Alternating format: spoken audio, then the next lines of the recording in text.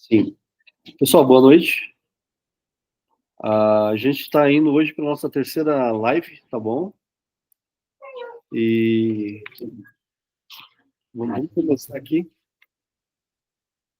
A gente pede para eles ficarem em silêncio, mas não dá. Mas vamos começar então, Hugo, nossa terceira live, tá bom? Espero que vocês gostem aí e seja proveitoso para todos. Obrigado, fiquem com Deus. Obrigado, Emerson. Gente, mais uma vez, boa noite. Joel, Emily, eu suponho que o restante da turminha também esteja aí. Ana Lívia, seu fiel escudeiro. Vamos para a nossa terceira aula, não é? Hoje eu estou acompanhada. Oh, mais acompanhada do que nos dias anteriores, né? Nas noites anteriores. Ótimo, muito bom. A gente, então, vai continuar. Nós estamos conversando, não é, sobre, ao longo da história, a relação entre educação e família. Vou fazer como sempre tenho feito, vou compartilhar aqui os slides que têm auxiliado. Eu espero que essa noite também nos auxiliem.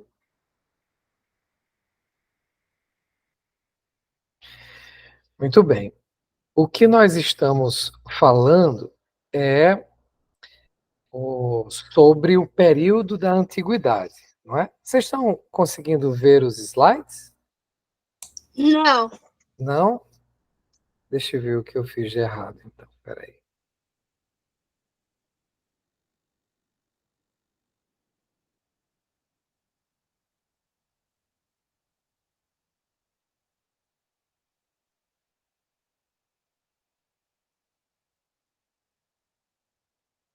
Agora sim.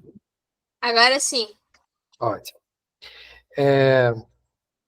Então, nós estamos falando agora sobre a educação e a família, a relação entre essas duas instituições, por assim dizer, no período da antiguidade, obviamente com foco na antiguidade cristã. Antes disso, e essa foi a nossa primeira aula, nós fizemos aqui uma exposição, né, com o auxílio de alguns trechos da Bíblia, sobre como se apresentaria um conceito de educação, né, tal como nos é apresentado pela Escritura. Naquele momento, a ideia que nós extraímos era de que há um chamado e um mandato para o povo escolhido de Deus, principalmente representados pelos cabeças das famílias, e o paradigma ali é Abraão, mas esse chamado é anterior e posterior a Abraão, né? Ali é um paradigma. Para que nós ordenemos os nossos filhos. A advertência, por causa do contexto em que ela é primeiro feita, e depois o contexto em que ela é ratificada, inclui, né, um cuidado que nós devemos ter para que a nação estabelecida por Deus seja uma nação santa. E por meio dela, né, Deus vem abençoar este mundo, trazer ordem para este mundo. Então, a educação concebida aí é legar os termos da aliança como elemento fundamental de uma cultura que deve tornar essa nação santa.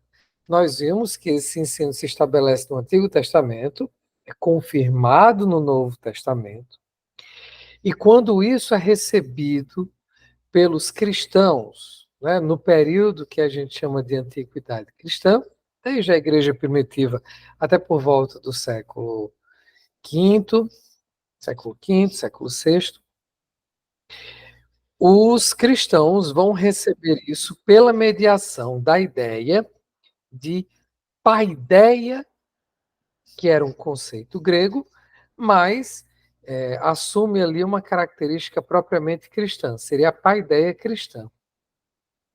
Gente, uma pessoa me pediu... Ah, pronto. Eu fiquei com receio de não ter feito a coisa certa, Renata aqui, mas acho que Renata está agora participando, né? Boa noite, Renata. Renata Lima. Boa noite a todos. Boa noite. Renata, acho que não nos conhecemos, né? Acho que é a primeira vez em que vejo você e tenho você num desses cursos que tenho ministrado. Ou é impressão? Isso, é a primeira vez. Primeira vez, ok. Isso. Prazer em conhecê-la, viu? Prazer, tudo bem.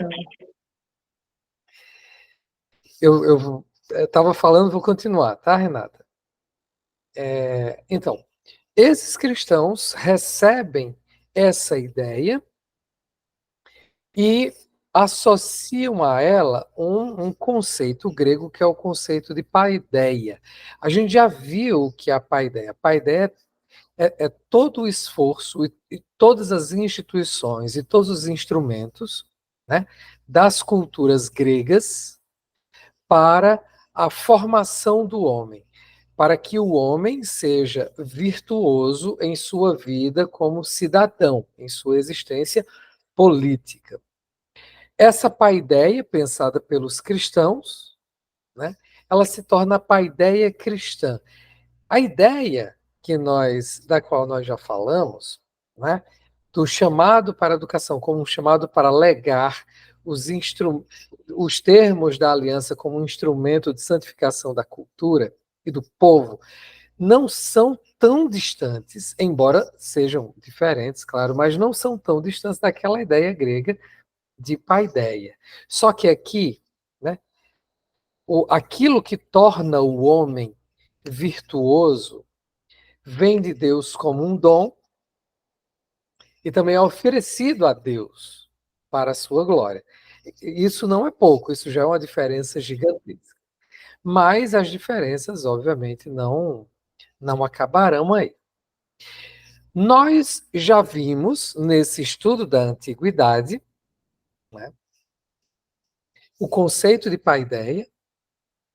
Os primeiros pensadores cristãos que vão tratar do tema da paideia, dando a esse tema um caráter místico, cosmológico e escatológico. A gente viu o que significa, né?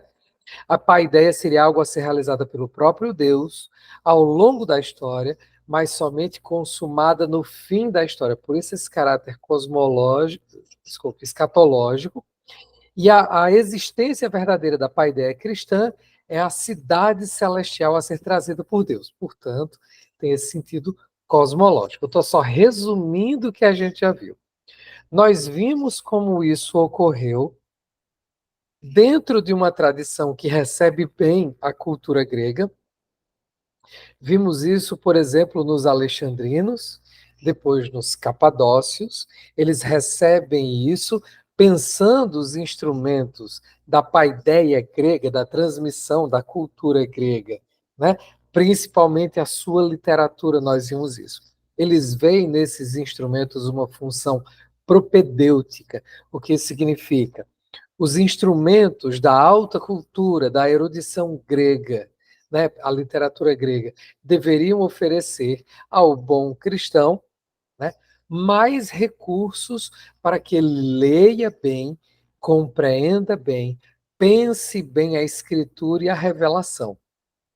E seja alguém ativo, né, no ambiente cultural da antiguidade, né, na implantação dessa paideia cristã.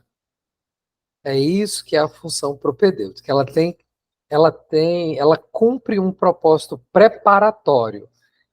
Né? A cultura grega não oferece a paideia, nem tampouco a paideia cristã, mas ela prepara o cristão para isso. Ela tem, portanto, uma contribuição a essa cultura cristã.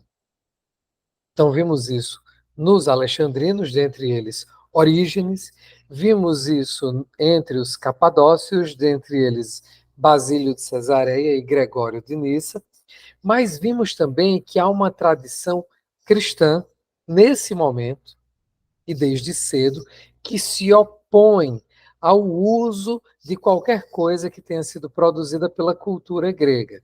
Né?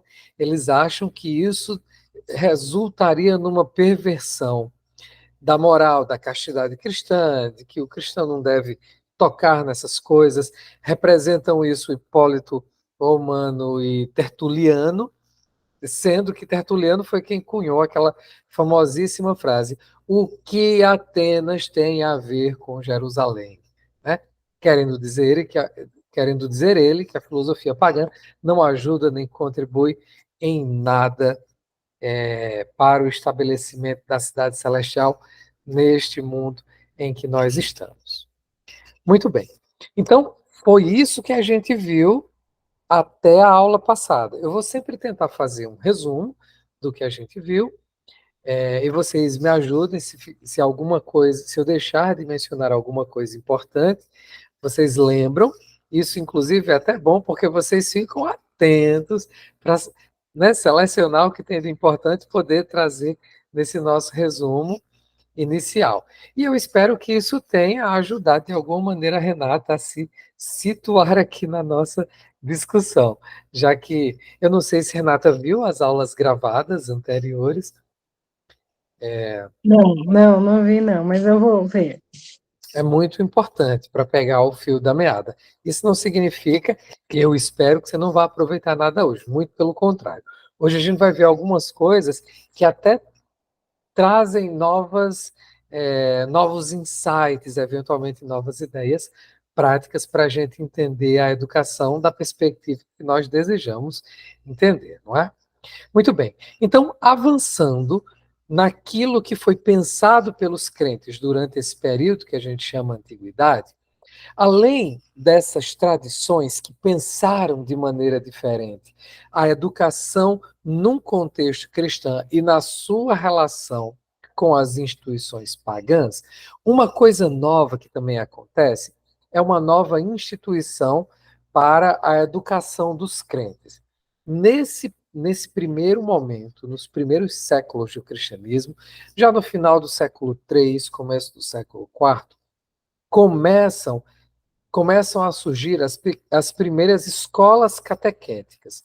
A catequese, que é uma palavra latina que significa ensino, basicamente, preparação, tá?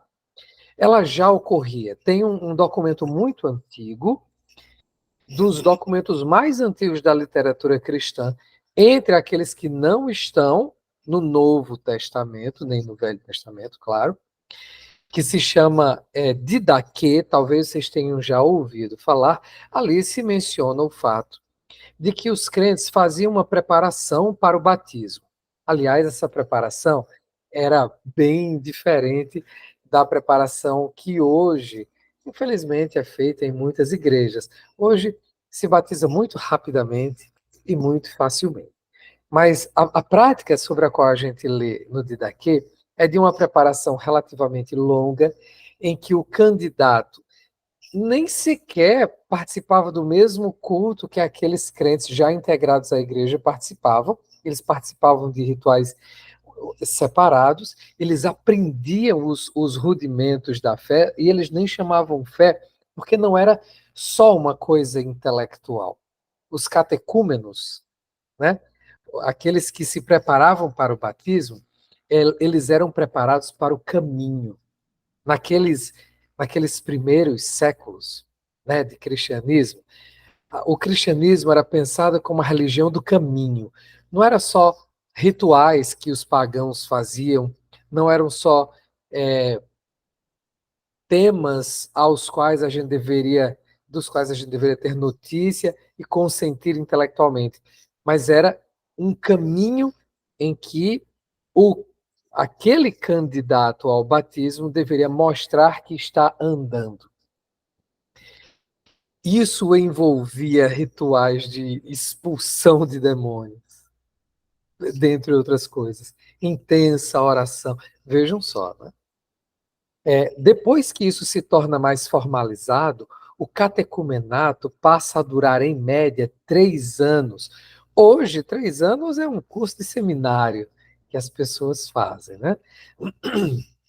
Então, vejam só, o pessoal era um pouco mais exigente. Aliás, muita coisa ruim acontece com a igreja quando Eu estou falando ainda no período da antiguidade, viu? Quando o cristianismo se torna a religião oficial do Império Romano, e aí grandes contingentes de convertidos, entre aspas, entram na igreja, e essa exigência se torna impossível.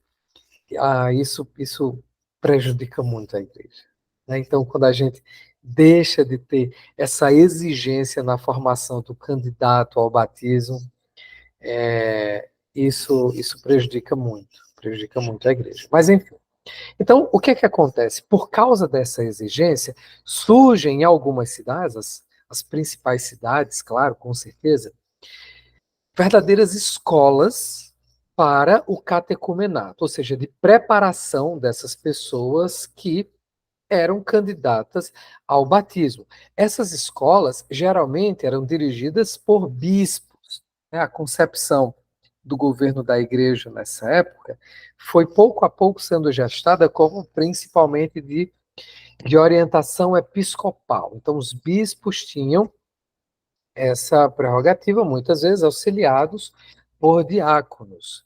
E diáconos, só para a gente ter uma ideia, bom, eu espero que em algum momento vocês se familiarizem mais com esses nomes que são importantíssimos, que escreveram obras importantíssimas, que são clássicas e que precisam ser lidas, inclusive antes que outras obras.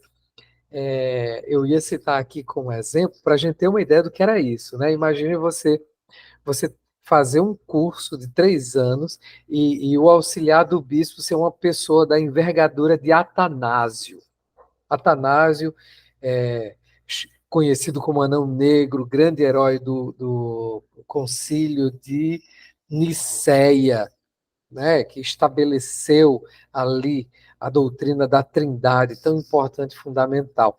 Era, a essa época, diácono e auxiliava um bispo que tinha uma escola de catecúmenos, só para a gente ter uma ideia do nível que era. Não sei se vocês já leram isso, mas C.S. Lewis fala de como as obras clássicas, a leitura dos clássicos, formaram não apenas a sua, a sua erudição, o seu gosto literário, a sua capacidade crítica, mas também a sua fé. E uma obra que ele cita assim como tendo sido fundamental é A Encarnação do Verbo, que foi escrita por Atanásio. E esse livro é fantástico. Eu fui ler esse livro depois eu vi 2 indicações. Eu vi a indicação de C.S. Lewis e a indicação de Douglas Wilson. Não sei se vocês já leram alguma obra de Douglas Wilson. Ele escreve muito, inclusive, sobre a educação domiciliar. E tem um momento em que ele escreve sobre, né, uma dessas listinhas de livros incontornáveis que a gente não pode deixar de ter na nossa biblioteca, de ler e de passar para os nossos filhos. Né? E ele diz, esse aqui é fundamental, a encarnação do Verbo. E, por sinal, recentemente foi publicado no Brasil a tradução de uma introdução que C.S. Lewis faz a uma edição dessa obra, A Encarnação do Verbo, na época em que ele era vivo, foi lançado, ele escreveu uma introdução a esse livro muito famosa, chamada Sobre Livros Antigos. Gente, estou aqui só dizendo para vocês mais uma sugestão de leitura, A Encarnação do Verbo. Primeiro, a teologia desse livro é sofisticadíssima, mas o que eu mais chamo a atenção nessa obra é o quão poderosas são as imagens utilizadas por Atanásio para nos apresentar a Cristo. Como ele é eloquente e como a leitura desse tipo de livro pode enriquecer a nossa imaginação, né? Do mais velho ao mais novo. Então fica aqui a indicação, inclusive, viu, Kemily, para você também. Bota aí na sua listinha A Encarnação do Verbo. Muito bem, então ali era uma escola de preparação para os candidatos ao batismo e esses conversos eram iniciados no caminho. E o que é que essas escolas principalmente ofereciam? Doutrina e sabedoria moral, né, para que as pessoas se conduzissem numa vida santa e de bom testemunho. Aliás, o testemunho era observado muito cuidadosamente, né? Agora, essas escolas eram escolas para a formação especificamente cristã. A educação, de maneira geral, e a orientação dos bispos era essa, deveria ser oferecida pelos pais. Essa escola nunca dispensou os pais da sua tarefa de educar. Entre os convertidos havia jovens, algumas crianças um pouco, né, mais velhas, e os pais conversos eram orientados à educação. Então, um importante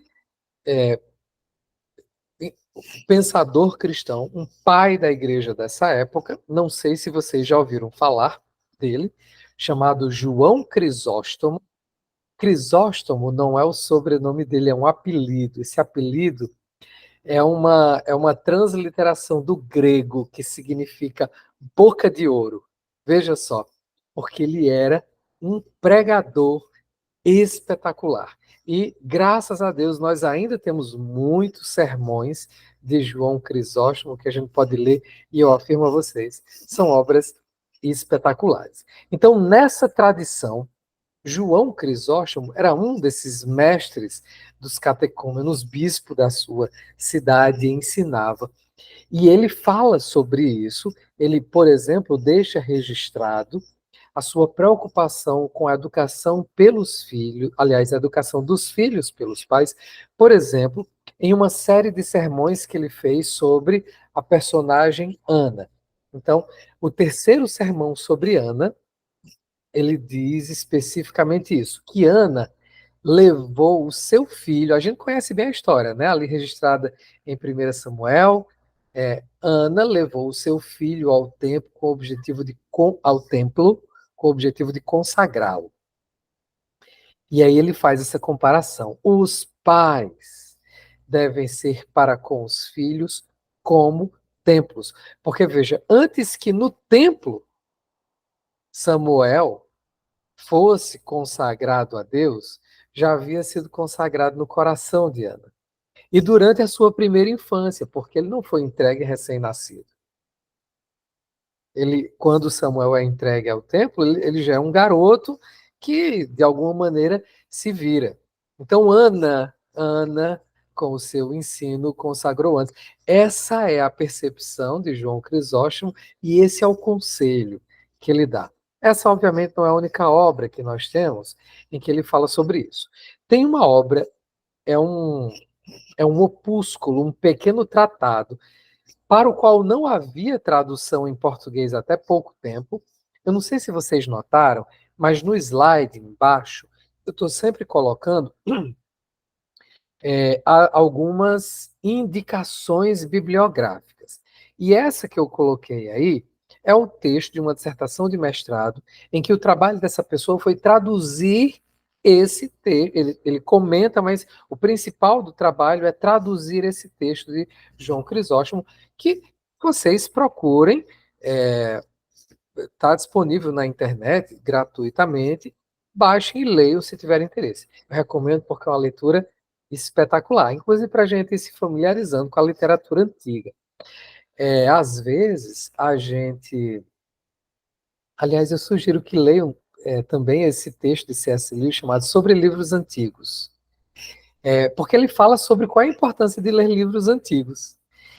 Inclusive para que a gente possa se habituar a eles. Às vezes a gente pega os livros antigos, começa a ler, e eles são tão diferentes que parece uma comida nova que a gente está comendo e tem um sabor que a gente estranha. Né? Então, olha, a gente faz isso com as crianças, né? Coma aqui, tem um sabor esquisito. Não, meu filho, continue, vá comendo, você vai se acostumando, você vai achar bom. O papai acha tão bom isso, não sei o quê. Então, esses dias o meu filho começou a comer. Eu gosto de fazer churrasco, viu, irmãos? E aí, eu não sei o gosto de vocês, mas eu gosto o pessoal diz assim, sangrando, não é? Se aperta assim, aí ali não é sangue, viu? É uma proteína chamada mioglobina, é o suco da carne. Não é sangue não. Tem gente, eu tenho nojo de sangue. Ali não é sangue, é o suco da carne. Sabe quando a gente diz que carne boa é suculenta? É disso que se está falando, tá? E é uma questão de hábito. Eu não gostava, não. Mas eu percebi que o meu paladar era infantil, gente. Olha só. Já vi ali que Késia, não é? Não, é Késia. Késia fez assim. Tem que experimentar, Eu Késia. sou a né? Mas é A essa. Kézia é a bebê, mas A a Keila Késia... também Keila. Foi Keila que fez. Não, não é Keila. tem passada. Você gosta bem passada, né? Pois é. Muita gente que eu conheço gosta bem passada. Mas aí eu insistia com meu filho, prove, meu filho. Aí agora ele provou mal passada, ao ponto e bem passada. E agora a preferência dele é igual à minha, é ao ponto, né?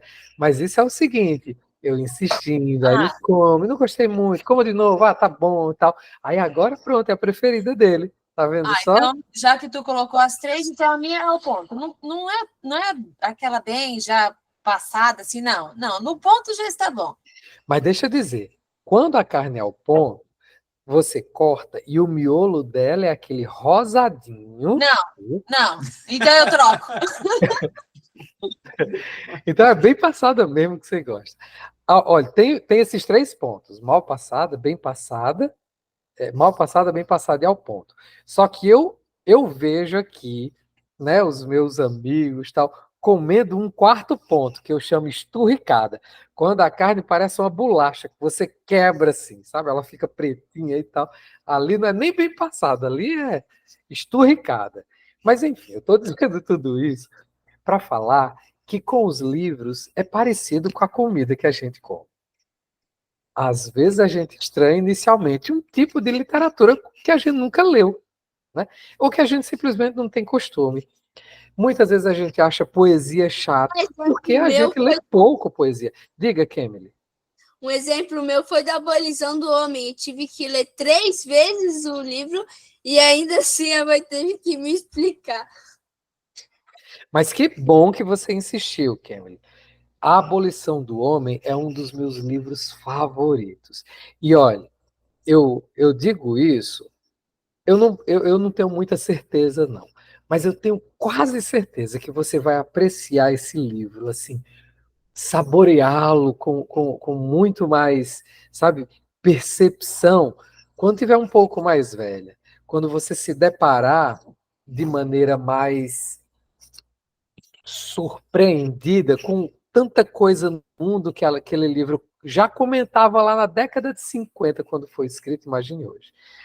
Mas eu sei que ele pode ser desafiador, porque ali já é um homem velho escrevendo para outros homens velhos. Quando ele escreve é isso, viu? Para falar mal de coisa. Pensa numa coisa que quem já tem uma certa idade gosta, é falar mal de como o mundo anda. Então, aí para uma criança, né? Não sei a sua idade, talvez esteja entrando aí na adolescência, não tenha Tenho tanta 12. graça. 12? Pois é. Então, um dia você vai apreciar mais esse livro. Mas não se preocupe, não. É assim. A gente lê, aí não aprecia tudo que tem para apreciar, aproveita algumas coisas, aí em outro momento a gente lê de novo, aí já vê. Não sei se você já viu filmes assim. Você vê um filme, aí gostou mais ou menos, aí daqui a pouco vai ver de novo, olha, eu não tinha notado aquilo. Aí gosta mais ainda, e aí por aí vai. Então, pronto. Outra coisa, com os livros também funciona assim. Com os textos também funciona assim. Tudo isso para fazer uma imensa propaganda desse texto, sobre a vanglória e sobre como os pais devem educar os filhos. É uma bela peça literária, além de ter instruções preciosas para a gente, por isso estou recomendando a leitura. E não é longo, é relativamente curto. Nesse livro, ele fala, João Crisóstomo, sobre qual é o propósito da educação. Então, aqui a gente tem alguns dos primeiros testemunhos entre crentes de uma reflexão um pouco mais sistemática sobre a educação. Ele diz: hoje em dia, e o hoje em dia dele é final do século IV. Olha Olha como isso já acontecia lá no passado, tá? Ele diz: hoje em dia, coloca-se o maior dos esforços em educar os filhos nas artes, nas letras e na eloquência. Pelo exercitar da alma, porém, já ninguém tem qualquer estima. Olha o que ele está falando no século IV. Traduzindo para hoje, é o seguinte: a maior parte dos pais das famílias com certeza se preocupa com a educação, mas o que é que quer da educação? Quer que o seu filho tenha uma boa formação, como eu ouvi desde criança, para ser alguém na vida. Quer que o seu filho frequente uma boa escola, porque um dia ele vai ser um médico, um engenheiro, um não sei o que mais lá, etc. Só que esse não é o propósito pelo qual Deus nos colocou no mundo. Então veja, os pais gastam dinheiro com isso. Às vezes fazem sacrifício por isso, preocupados com a vida neste mundo e esquecendo da vida no mundo vindouro, preocupando-se com tesouros terrenos e às vezes esquecendo os tesouros celestiais. Nós que fizemos uma opção diferente pela escola doméstica, porque desejamos uma formação cristã para os nossos filhos. Às vezes, até temos a intenção de que a formação oferecida aos nossos filhos seja uma formação clássica. Não estamos livres desse risco. Muitas vezes a gente conversa com pais que fizeram essa opção, e isso é uma bênção de Deus, mas ainda estão preocupados em que o seu filho tenha simplesmente uma boa formação escolar. E não percebem que o principal ponto é a alma eterna dos nossos filhos.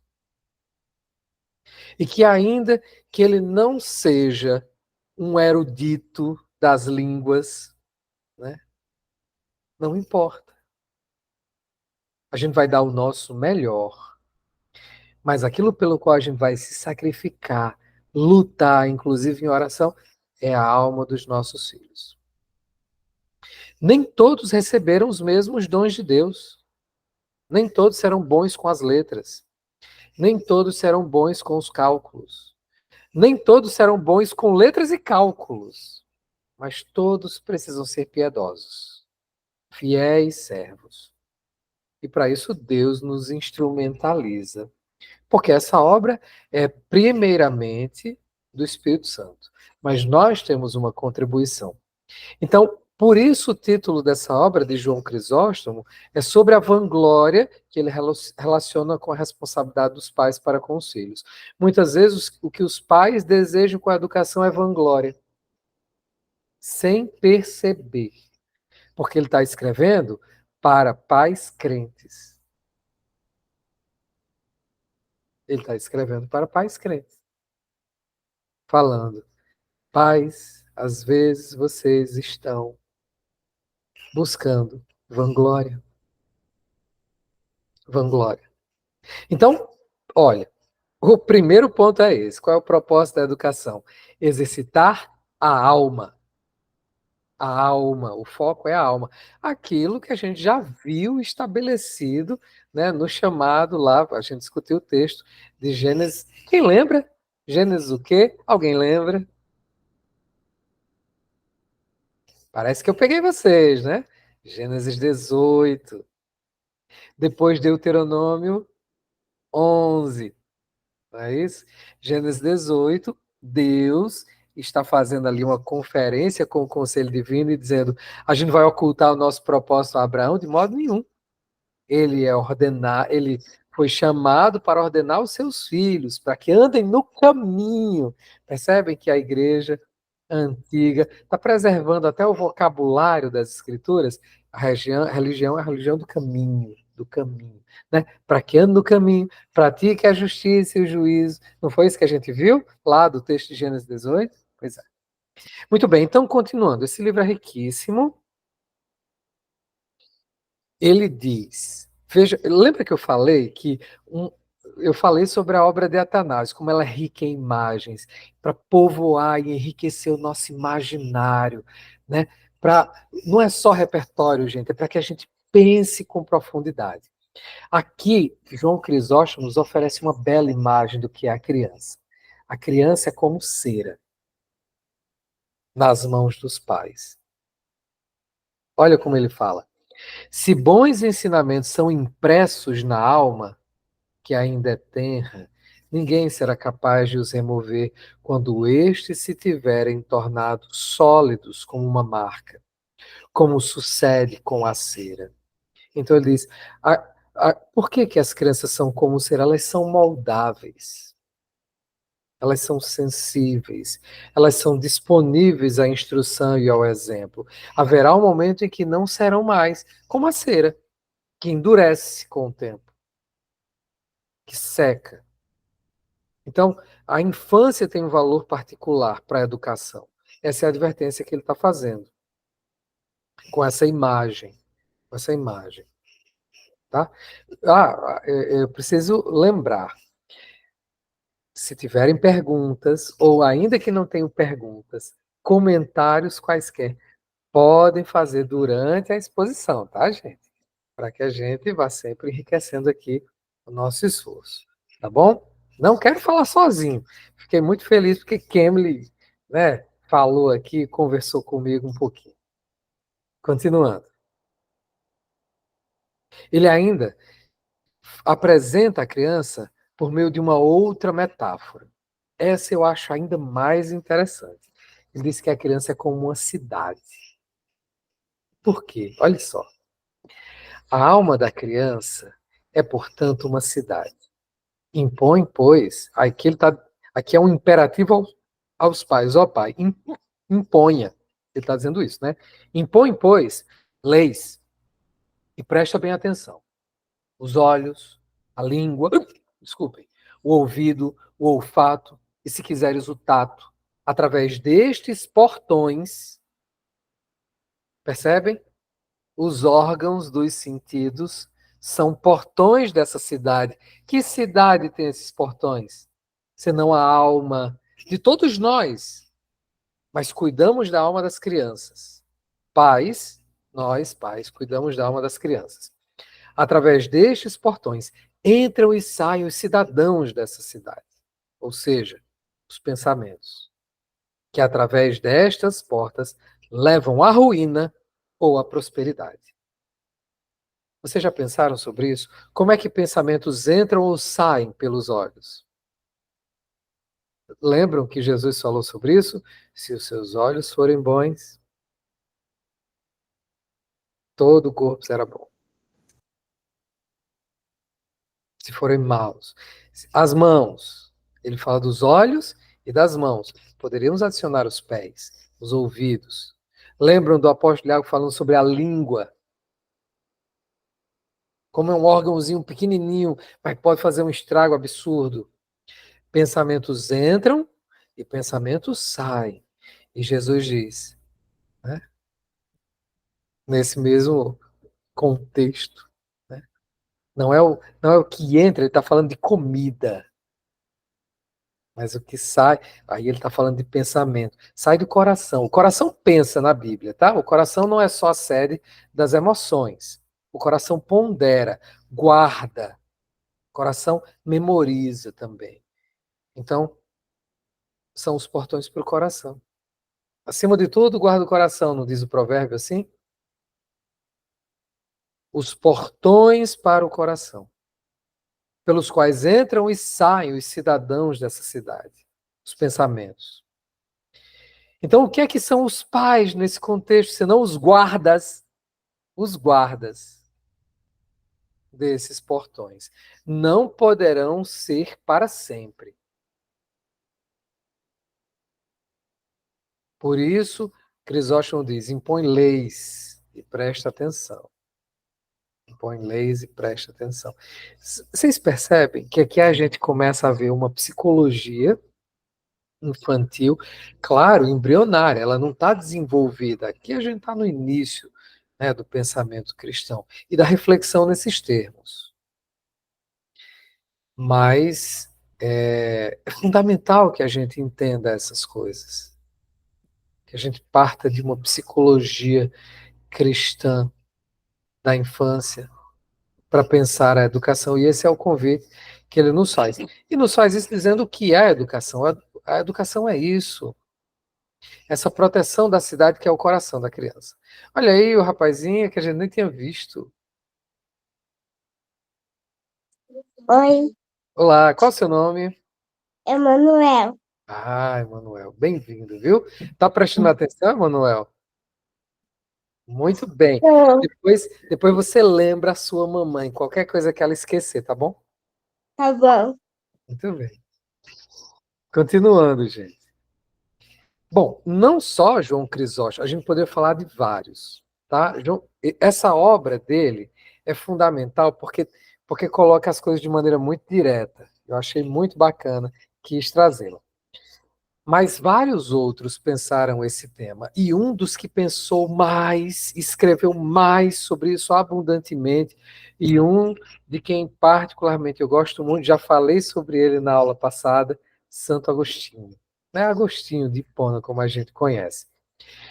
Existem diversos elementos de uma teoria pedagógica distribuídos pela obra dele, né? Várias obras. As principais são essas 4 que eu escolhi para colocar aqui, tá? As Confissões, na aula passada falei sobre esse livro, não foi? As Confissões. Essa é uma autobiografia espiritual de Agostinho. Nela, ele fala, portanto, sobre como foi, é um testemunho sobre como foi o percurso formativo dele. E ele foi, como eu também já disse a vocês, ele vem de uma família que não é absurdamente rica, mas bem de vida, numa região do Império Romano, onde hoje seria, sei lá, Marrocos, por aí, não tenho certeza. A cidade onde eles eram era Cartago. E essa família paga uma educação cara para ele. Ele frequenta boas escolas romanas da sua época. A sua mãe crente, mas o seu pai descrente.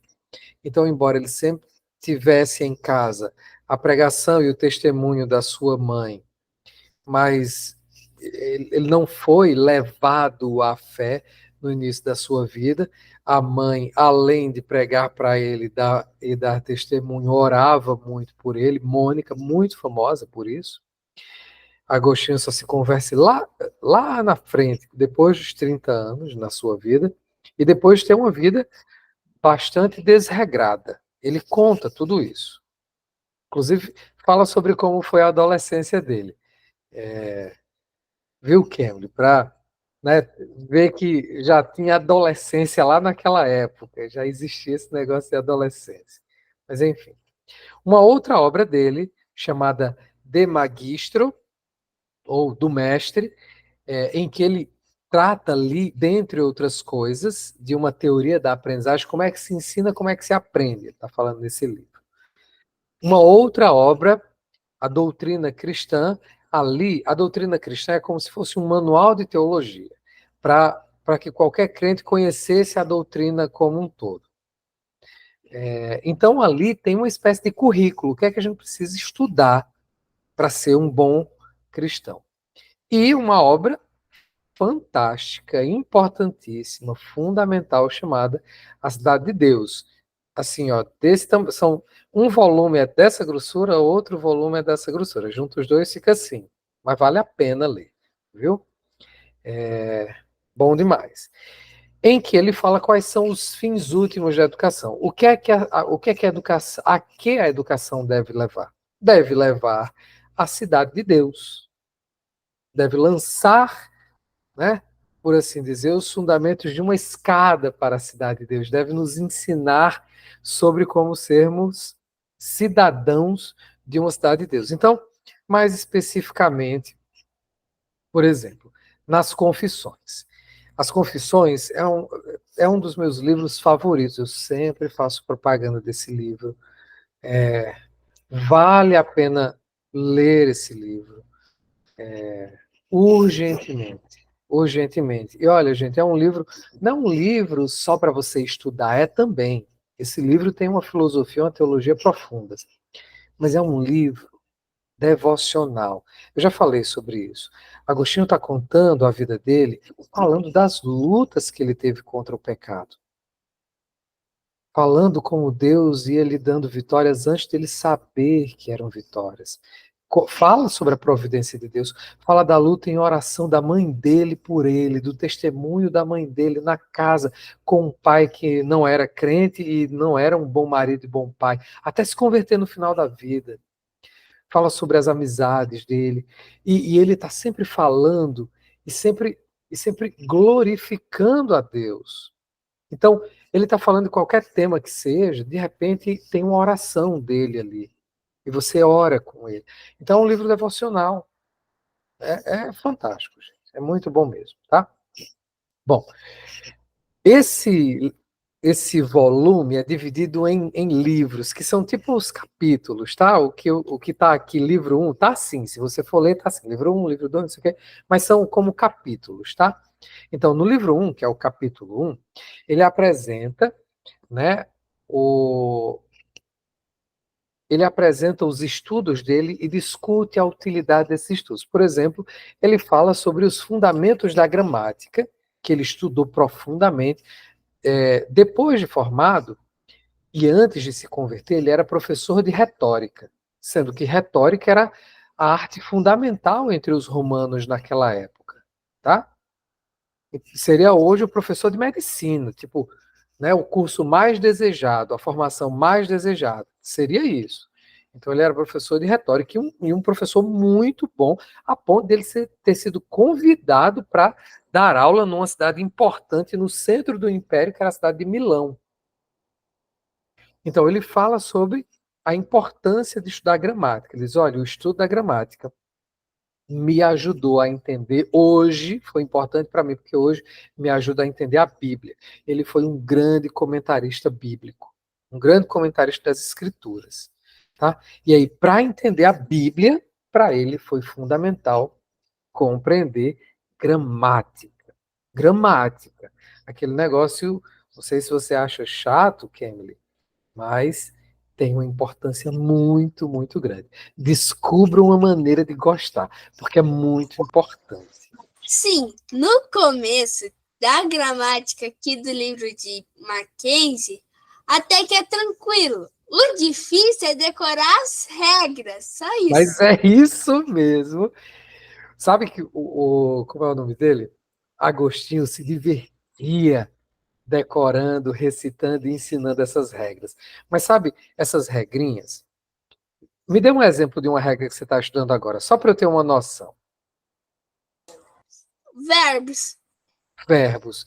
Pronto. As várias, os tempos verbais, os modos verbais, não é isso que você está estudando? Eu acho que sim, né? Verbo que tem regência, verbo que não tem, essas coisas todas, né? As desinências verbais, os grupos, o verbo da primeira conjugação, da segunda conjugação, tudo aquilo. Pronto. É fundamental estudar isso, porque na hora que você vai olhar um texto, por exemplo, da Bíblia, qualquer texto, mas os textos cuja interpretação é mais importante que a gente faça bem, você vai olhar e vai querer entender o que é que aquele texto está dizendo, que às vezes é difícil. Eu acho que você já se deparou com isso. Tem textos da Bíblia que não são fáceis.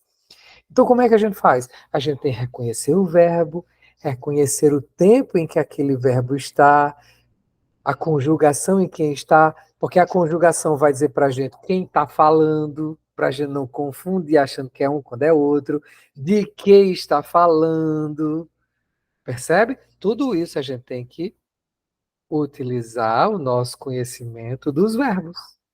E em grego, o Novo Testamento foi escrito em grego os verbos são mais difíceis do que em português. Quer dizer, não é que seja mais difícil, é que se você for estudar em grego, tem tempos no grego que não tem em português, assim como tem tempos em português que não tem em grego. Você sabia disso? Pois é. Eu não sabia. Pois é. No grego, várias coisas alteram o verbo, coisas que não alteram o verbo em português. Tem um monte de complicações. Latim, do mesmo jeito, né? Mas, enfim, existem, tanto em grego como em latim, as declinações. É uma coisa que em português não tem e facilita a nossa vida. As declinações, na verdade, se referem aos nomes. Mas, enfim, tem essas dificuldadezinhas diferentes, não é nem a mais, porque português não é uma língua fácil, não. Se você aprender português, nem se preocupe, que latim é mais tranquilo e grego é mais tranquilo. Mas vamos lá. Então, aí ele fala sobre a importância disso. Veja só, não é uma coisa, eu tenho que estudar gramática porque eu tenho que estudar. Não, tem um propósito. Tem um propósito super importante. No livro quarto, ele reflete, veja, ele acha que o que a gente chama de artes liberais, que são as matérias, viu, Kemley, que a gente estuda. Gramática, lógica, ciências, né? Para você, eu não sei se ainda é ciências, ou você já dividiu, se já é Não, geografia, história. isso minhas matérias não estão naquelas normais, né? Uhum. Pronto. Então, todo o conjunto dessas matérias, naquela época chamava as artes, né? Gramática era uma arte, uma das artes liberais. Liberais por quê? Porque libera a nossa mente, libera a nossa alma. Veja só, até hoje, mesmo nas escolas hoje, com toda a dificuldade que infelizmente o ensino lá tem, todo mundo compreende que um analfabeto entende menos o mundo do que alguém alfabetizado. E, portanto, alguém alfabetizado nesse mundo é mais livre. Por exemplo, consegue viajar por aí mais facilmente, porque lê placa. E uma coisa tão básica como essa. Uma vez, eu ainda era estudante, numa cidade chamada Natal, que é a capital de onde, Emily?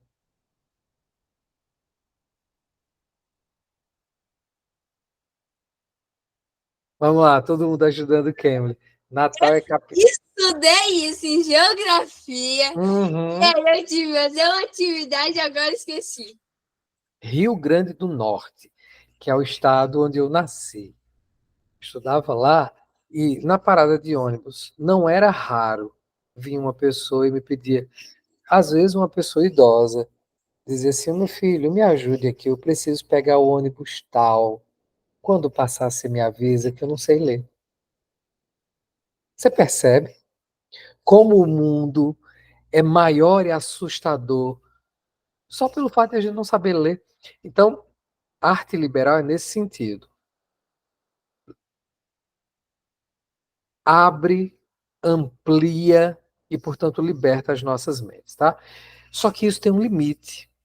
Mesmo que as nossas mentes sejam libertadas pelo estudo, as nossas almas estarão cativas do pecado se não forem libertadas pelo Santo Espírito. Então ele vai falar nesse livro, né, sobre o fato de que as artes liberais levam até certo ponto, mas não além delas.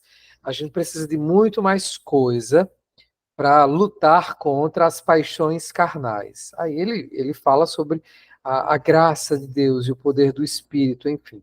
Essa é uma reflexão necessária.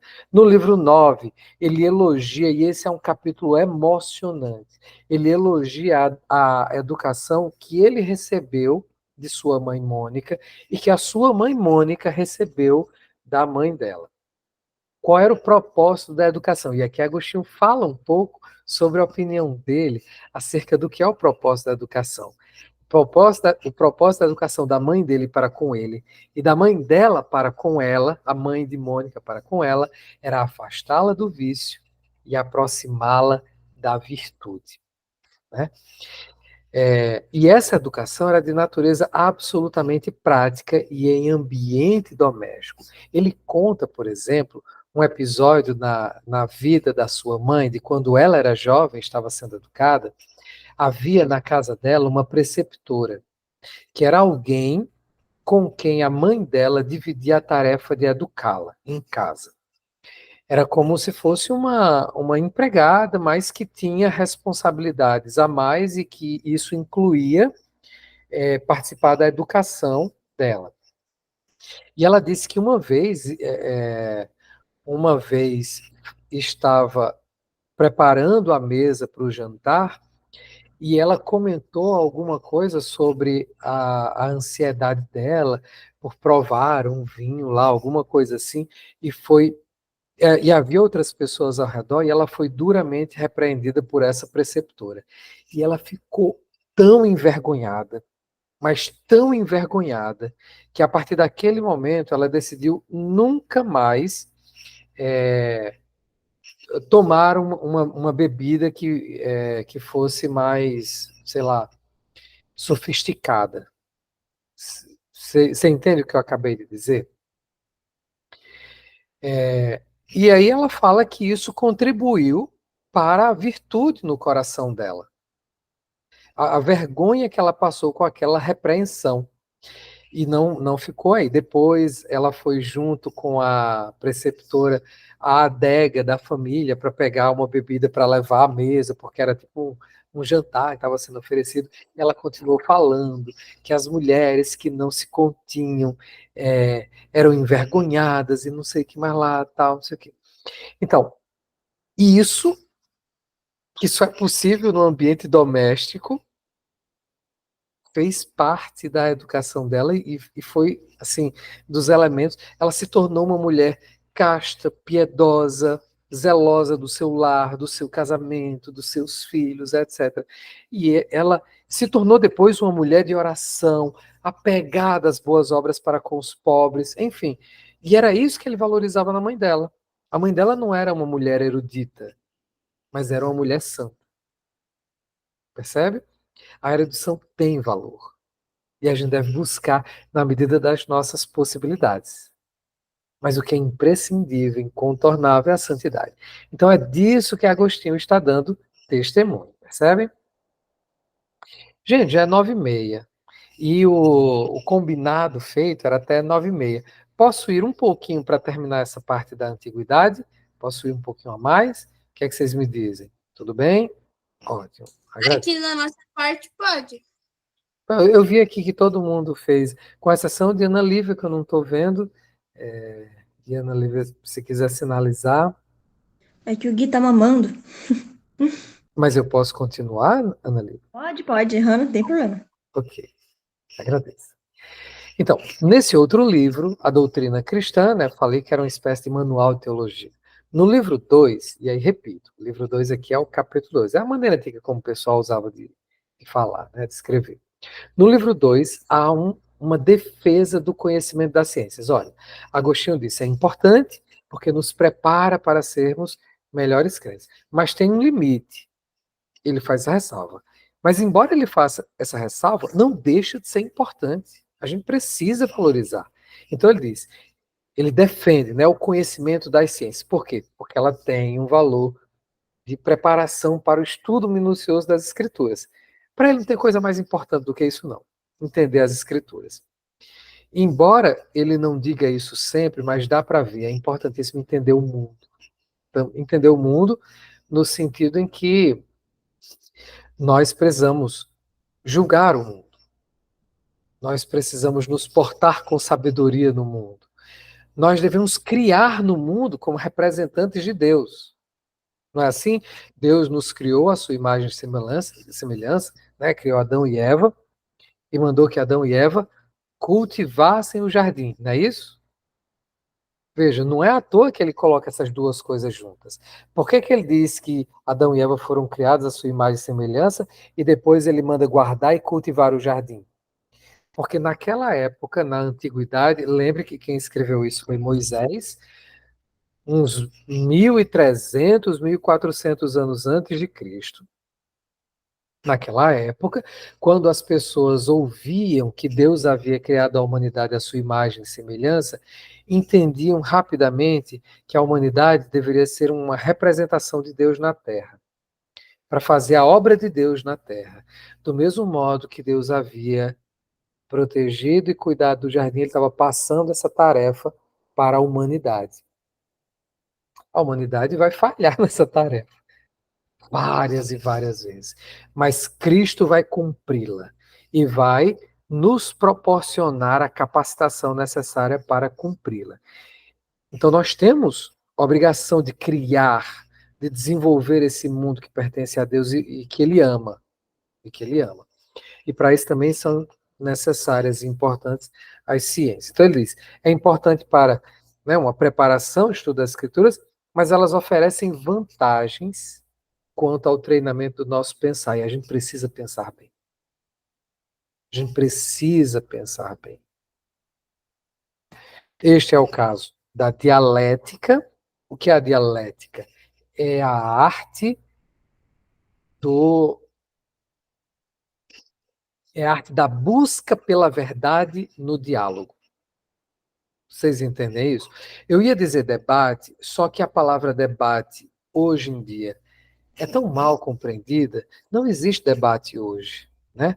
Quando duas pessoas debatem, uma está querendo vencer a outra. A dialética não é isso. Ninguém está querendo vencer ninguém. Os dois estão empenhados no mesmo propósito de chegar à verdade.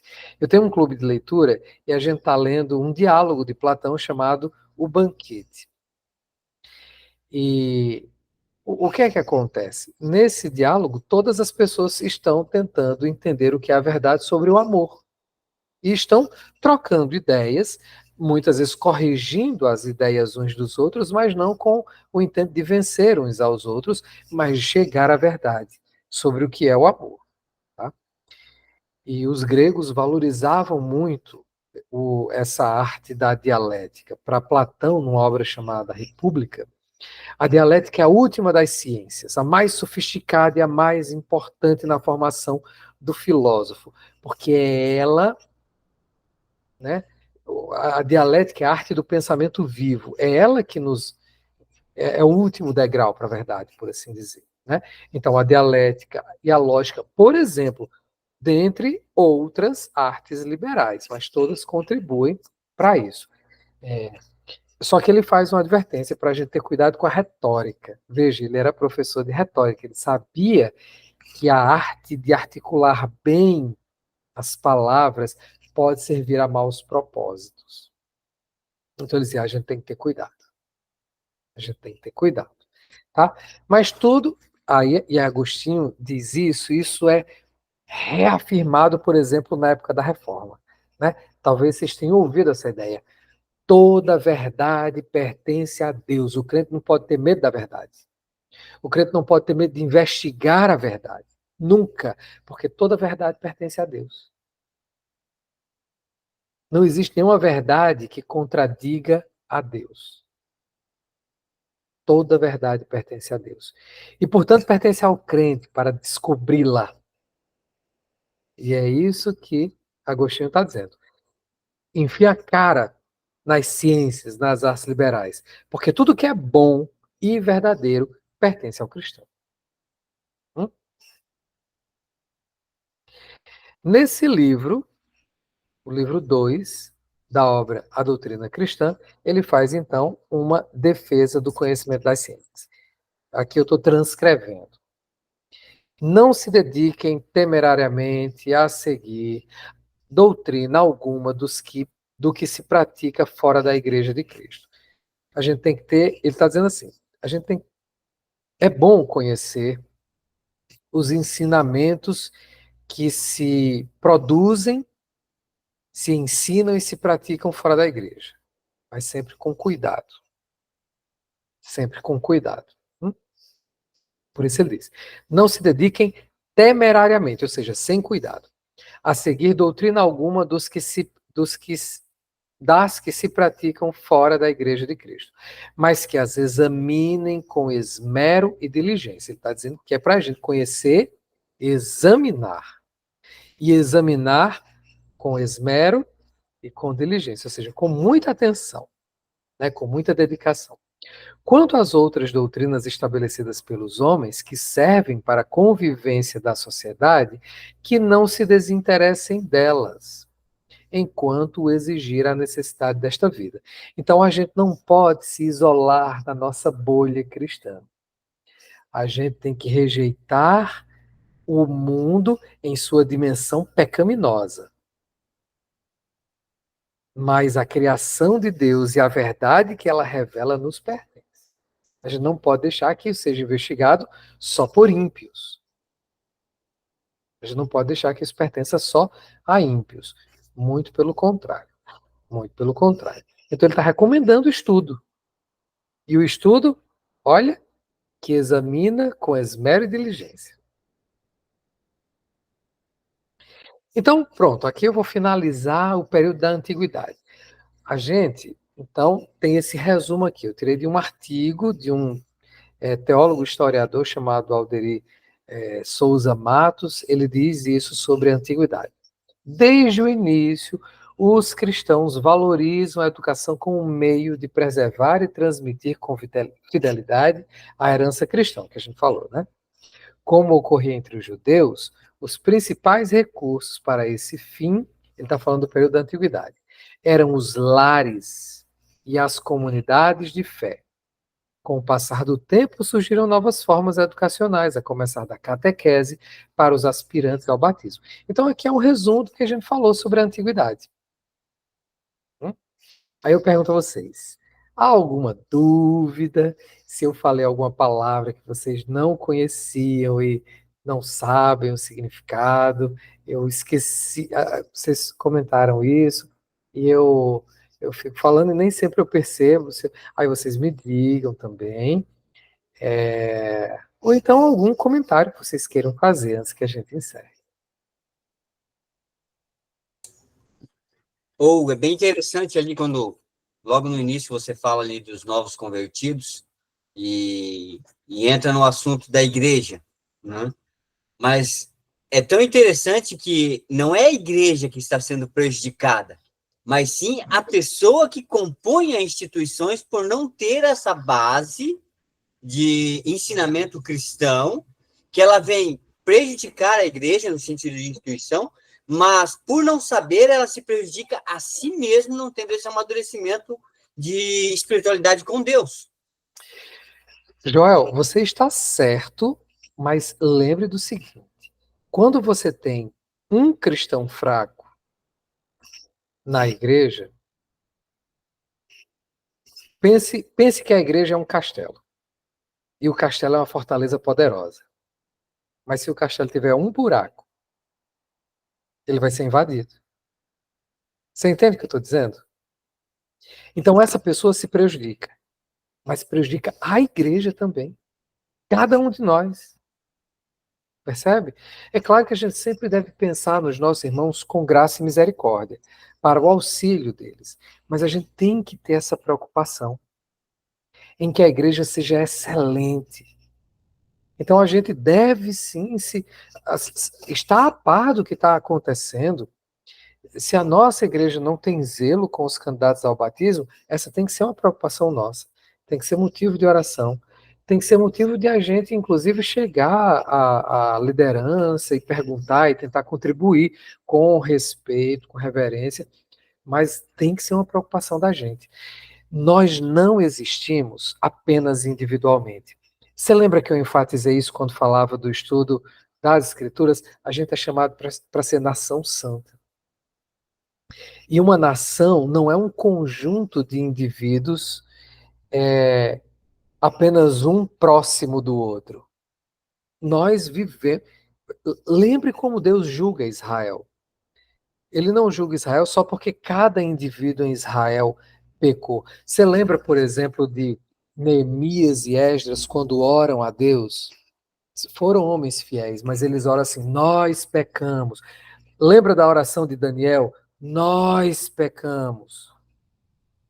Nós pecamos. Quando a igreja erra, isso pesa sobre cada membro. Tenha ele contribuído diretamente ou não. Nós somos chamados, nas cartas de Paulo isso é constante, não é? A admoestarmos uns aos outros, a encorajarmos uns aos outros. É isso que significa ser uma nação santa. Nós falamos sobre isso também lá na primeira aula. A principal virtude é a piedade. E o que é a piedade? A piedade não é só eu ser santo diante de Deus na minha casa, orando no meu quarto.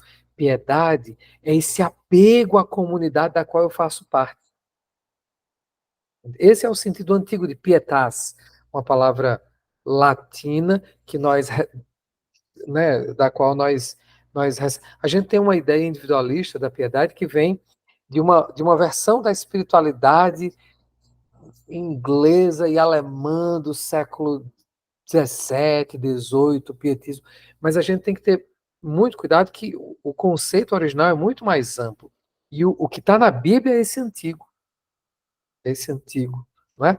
Quando eu lembro sempre das cartas de Paulo, ele se dirige à igreja para chamá-la de santa, né? Vocês são os santos. Aí daqui a pouco vai começar a lembrar os pecados da igreja como um todo. Ele repreende, olha, eu sei que tem em você, entre vocês, uma pessoa que está fazendo isso. Isso é vergonha para vocês. Como é que vocês estão deixando isso acontecer? Então, a pessoa se prejudica, mas a igreja inteira se prejudica. Por isso tem que ser uma preocupação da gente, nós todos. Os nossos filhos são educados na igreja também, não só por nós. E não tem como escapar disso. Lá na frente, quando a gente vai falar sobre algumas perspectivas cristãs contemporâneas da educação, tem um teólogo que eu gosto muito, que vai falar isso. Os pais são os principais agentes, mas os nossos filhos, eles vão à igreja e precisam ir. E eles vão olhar outros modelos. Eles vão interagir com outros crentes. Percebe? É mais uma razão para a gente se preocupar com a igreja. Porque a gente não pode afastar os nossos filhos da igreja. Isso que a gente faz com relação à escola é porque a escola não nos pertence mais. Pertence a um Estado anticristão. Mas da igreja a gente não pode afastar. Então a gente é obrigado a pensar com muito carinho na noiva de Cristo. Nesse sentido. Você entende o que eu disse?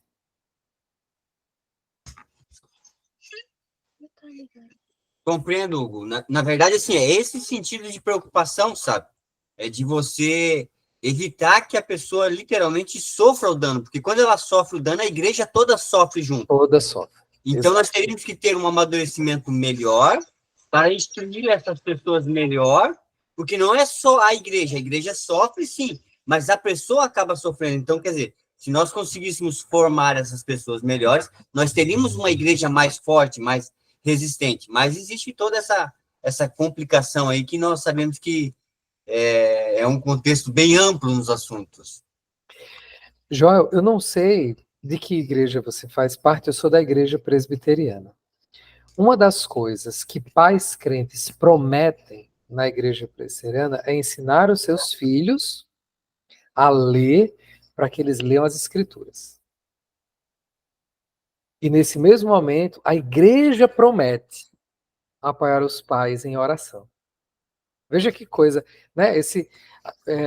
Muitas vezes o ritual de batismo é esvaziado, e a gente não nem presta atenção a essas, vai dizendo sim, né? As promessas e tal. Mas essa é uma reflexão que a gente precisa, sabe? Da qual a gente precisa se aperceber de novo. Isso é muito sério, é seríssimo, né? Mas que bom que você trouxe esse tema. O que mais, gente? Oi, Keila. Essas apresentações que você está fazendo, né? Eu não abri lá na comunidade o curso, mas nós temos como imprimir isso? Você diz os slides? É. Tem. Quer dizer, eu não sei. O Emerson me pediu e eu mandei para ele. Eu não sei se ele vai publicar do jeito que eu mandei. Eu mandei esse aqui. Tá, é porque o Júlio pediu para mim ver, para imprimirmos e encadernarmos, porque daí você lê e vai Memorizando. É um recurso, com certeza. Lembre que isso que eu coloco nos slides é um recurso. Às vezes são, né, só tópicos, é só aqui e acolá que tem uma citação. Mas, por exemplo, uma coisa que eu acho muito importante são os nomes, como você está falando, as referências bibliográficas, com certeza. Isso é importante. É o que eu ia dizer, para ter todos esses livros que você cita ali, esses nomes, né?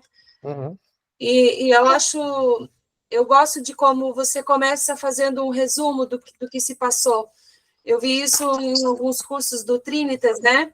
O Perrin sempre fazia um panorama de todas as aulas. Isso, para nós, como nós citamos que é tudo novo, esses nomes, né? Essas definições, eu achei legal hoje como tu fez, assim, voltando tudo. Pode fazer todas as aulas, isso desde a primeira aula, por mim, né? Ótimo, eu gosto muito desse feedback. Para mim é importante saber que está dando certo, né? Ou não, se não estiver dando certo. Ó, Hugo, faz assim, porque do outro jeito está dando certo, não. É bom também. Aliás, é até melhor. Mais uma pergunta. Tu já leu a Didaquê? Tu tem ela? Sim, tem uma coleção, eu não sei se vocês já viram, que foi publicada por uma editora católica, uma edição da capa verde. Tem um monte de livro. Hugo, filho, aí na estante tem um livro da capa verde chamado Pais Apostólicos, ou Padres Apostólicos. Na parte de cima, na parte de cima. Sim, se não for na primeira, na segunda. Capa verde. Pais apostólicos ou padres apostólicos? Não lembro. Traga aí, por favor. Pronto, traga, por favor. Essa coleção aqui, não sei se você está vendo, ó. Sim. É publicada pela Paulus. Aí aqui, ó, vou botar mais perto, talvez você consiga ler. Clemente Romano, são os primeiros documentos da Igreja Cristã. Clemente Romano, Inácio de Antioquia. Esse Inácio de Antioquia foi um dos primeiros mártires. Ele foi acusado pelo Império Romano e foi julgado e ia ser morto. E aí ele era um bispo na cidade de Antioquia, amado pelos crentes. E aí ele está vindo escoltado, quer dizer, aí o imperador, não lembro quem é que vai executar, manda buscar. Aí ele descobre que os crentes da congregação dele têm um plano para resgatá-lo no meio do caminho. Aí ele escreve para eles: olha, vocês não façam isso, porque vocês vão tirar de mim a honra de morrer por Cristo e o Evangelho. Eu até me emociono quando lembro a história. É importantíssimo. E está aqui o Didaquê. Tá? É um livro curtinho. Parece até uma das cartas do Novo Testamento. Vale a pena demais dar uma olhada. Porque aí a gente tem uma noção de como eram aqueles crentes naquela época. Tá? Didaquê é do ano 110, 120, por aí. Era tipo um manual de culto, essa carta de Daquê, tá? Então vale a pena. Sim, aí eu citei, porque eu tenho alguns volumes impressos, mas uns 3 anos atrás, essa editora fez uma promoção desses livros no Kindle. Eu compro muito livro no Kindle também. Cada volume desse estava de R$ 1,99. Acho que eu comprei uns 45 volumes. Então, aí eu leio, gente, isso é muito bom. É muito bom mesmo. Então, aí às vezes tem essas promoções. Não sei se vocês gostam de ler no Kindle. De vez em quando tem essas promoções aí. Eu tô doido para que alguns que foram lançados depois entrem em promoção para eu. Tem um de Agostinho que eu não tenho, se chama A Música. Eu tô doido para ler. Tem um de João Crisóstomo, enfim. Então são obras que vale a pena ler. Agora sim, lembrando que são documentos históricos. Você não vai aprender doutrina, tem que saber o propósito para o qual você vai ler. Até porque é um testemunho, então não é a Bíblia, tem coisa ali que você vai achar estranha eventualmente, entendeu? Mas é para a gente entender a história da igreja. Entender a história da igreja é tão importante, gente, tão importante. Muito importante mesmo. Um livro de história da igreja que eu recomendo, se vocês quiserem ler, não é História da Igreja, se bem que ele tem um de História da Igreja e um de História do Pensamento Cristão. Eu estou lendo e estou achando o máximo de História do Pensamento Cristão, História do Pensamento Cristão, de Justo Gonzalez. História do Pensamento Cristão. São 3 volumes. Justo Gonzalez. E aí ele vai falar sobre o lugar da Didaquê na história do pensamento cristão. Aí você localiza isso no tempo, entendeu? Eu acho que é bom para você aproveitar ao máximo esse tipo de leitura. Ele vai falar sobre Atanásio, vai falar sobre Agostinho, sobre João Crisóstomo, vai falar sobre todo mundo. Tem um livro que eu li dele faz um tempo, comprei em promoção no Kindle também, chamado História da Literatura Cristã Antiga. Aí ele vai falar de todos, aí você vai ter um panorama desse pessoal que eu estou falando agora. Quer dizer, acabei, a gente já terminou aqui a antiguidade, mas é muito bom esse. Então, para você ficar nesse foco da literatura cristã antiga, esse é um bom manual.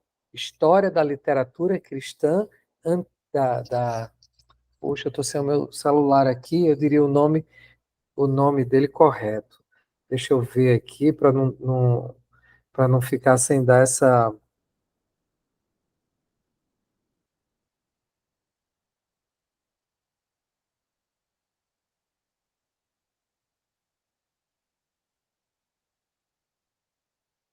História da literatura cristã antiga. É isso mesmo, História da literatura cristã antiga. Também de Justo Gonzalez, tá? Então tem História Ilustrada do Cristianismo, que é a história da igreja. Ah, eu estou dando muita referência, né? História da literatura cristã antiga, que é só sobre esses escritos da antiguidade cristã, e História do Pensamento Cristão. Aí ele vai chegar até o século XX, mas é tipo uma história da teologia. São três tipos diferentes. Dependendo do seu interesse, você lê um e lê outro. O meu filho completa 11 anos hoje. 11 anos hoje, quase da sua idade, Kimberly. Ele está lendo um livro de história da igreja. Eu estou muito feliz porque ele está aproveitando bem esse livro. Hugo, qual é o nome do livro que você está lendo? História da igreja. História da igreja? Eu acho que o nome é História do Cristianismo. Você lembra o autor? Você está lendo? História do Cristianismo. Ele foi ver qual é o autor, porque, assim, eu julgo que é um livro que uma criança consegue ler. É escrito para adultos, mas Kemily já leu aí A Abolição do Homem. Eu garanto, Kemily, que esse vai ser muito mais fácil. Garanto, sem sombra de dúvida. Muito mais fácil. A Abolição do Homem é um livro complicado. É um livro complicado. Acho livro. Hum. Já vi. Diga. É de Bruce L. Shelley. Bruce Shelley. Pronto. Bruce Shelley, História do Cristianismo. Agora ainda que não chegou o livro, ainda que a mãe tem que comprar outro livro do Mercador de Venezia, né? Eu estou lendo de Spurgeon, um treinamento cristão. Está na parte segunda. Kemily, seus pais, olha, estão assim com uma lista abençoada, viu? Ótimo, treinamento cristão, muito bom, muito bom. Spurgeon é um dos meus autores favoritos, um dos pregadores que eu mais gosto. Gosto muito dele. E o Mercador de Veneza, eu gosto muito de Shakespeare, vi que vai ter clube, né, do livro sobre Shakespeare. Não vou poder participar, mas eu fico achando que vai ser fantástico, né? Não, bote aí na listinha, não tem que ser agora não, mas importante. Eu já fico colocando nas listas qual vai ser o meu próximo livro, porque eu tenho ali alguns livros na minha parte ali da minha biblioteca que eu ganhei da mãe da Jane Austen, que ainda não li. Aí eu começo um, termino outro, começo um, termino outro e assim vai. Perfeito, é isso aí. É isso aí. Deus abençoe. Eu ia falar alguma coisa ou eu terminei o que eu estava dizendo, gente? Às vezes eu falo muito e me perco. Terminou. Terminei, pronto. Que eu te perguntei da didaquê, daí tu mostrou ali. Eu já tinha escutado outro pastor citando esse documento e já tinha curiosidade, né? Eu li um pouquinho disso naquele livro A Filosofia do Currículo Cristão. Tem uma parte também que ele cita, assim, eu acredito que não seja um momento tão antigo da história quanto esses que você trouxe, né, de referência, assim, como a igreja lidava com algumas questões no dia a dia dentro dela. Eu gosto disso. Bom, Dentro desse estudo, a gente vai ter acesso a várias filosofias do currículo cristão. Eu acabei de mostrar para vocês as ideias de alguns autores sobre currículo, de Agostinho, de João Crisóstomo, enfim. De Orígenes. A gente vai ver algumas ideias. A gente, inclusive, vai ver dos reformadores. Vai ser muito legal. Mais alguma coisa? Aí, junto, Passou das 10 mesmo. Já, a última coisa, daí nós... aí, ainda junto com aquele livro de Spurgeon, eu leio a Bíblia das Descobertas para Adolescente, que daí é nova linguagem de hoje. Que é daí mais fácil. A nova linguagem de hoje. Nova linguagem de hoje é uma tradução mais literal. Você acha mais fácil? Eu acho mais fácil, por causa que daí eu consigo entender melhor. Até na sala de sementinhas dos juniores, que é onde eu faço parte da igreja ali, né? O professor começou a pedir para mim ler as histórias na minha Bíblia, porque eles falam assim, professor, na Bíblia daqui é mais fácil de entender, aí nem precisa explicar muito. Certo, tá bom. Muito bem. Que bom. É bom que a criança leia e seja capaz de interpretar. É ótimo. Parabéns, Kim. Muito bom. Gostei muito de ouvir isso. Mais alguma coisa, gente? Já são 10 horas. Quer compartilhar alguma impressão, Renata? Não, foi muito bom o aprendizado. Eu tenho aprendido muito com o Emerson, agora é com vocês aqui. Que Deus continue abençoando. Foi muito bom. Amém. Que bom. Sempre que você quiser perguntar alguma coisa ou fazer algum comentário, fique muito à vontade, tá? Realmente, pode pensar nisso aqui como uma sala de aula. Tá bom, muito obrigada. Ana Lívia, tudo tranquilo?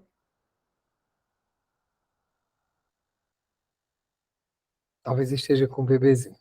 Gente, mais uma vez, agradeço muito. Eu fico feliz em saber que vocês estão aproveitando e próxima segunda-feira, se Deus quiser, a gente continua. Agora vamos falar sobre a Idade Média. Muita coisa aconteceu e a gente vai ver as raízes de algumas coisas que nos preocupam. Tá bom? Oi, Ana Lívia, Guilherme. Obrigada pelo ensinamento, foram ensinamentos bem proveitosos. Só tive que sair porque esse aqui resolveu mamar e daí eu acho que ele tá com febre, então é pequeno, né? Isso mesmo. Tudo certo, graças a Deus. Pronto. Então é isso, gente. Deus abençoe. Um abraço. Até a próxima semana, viu? Tchau. Amém. Tchau. Tchau, até. Até.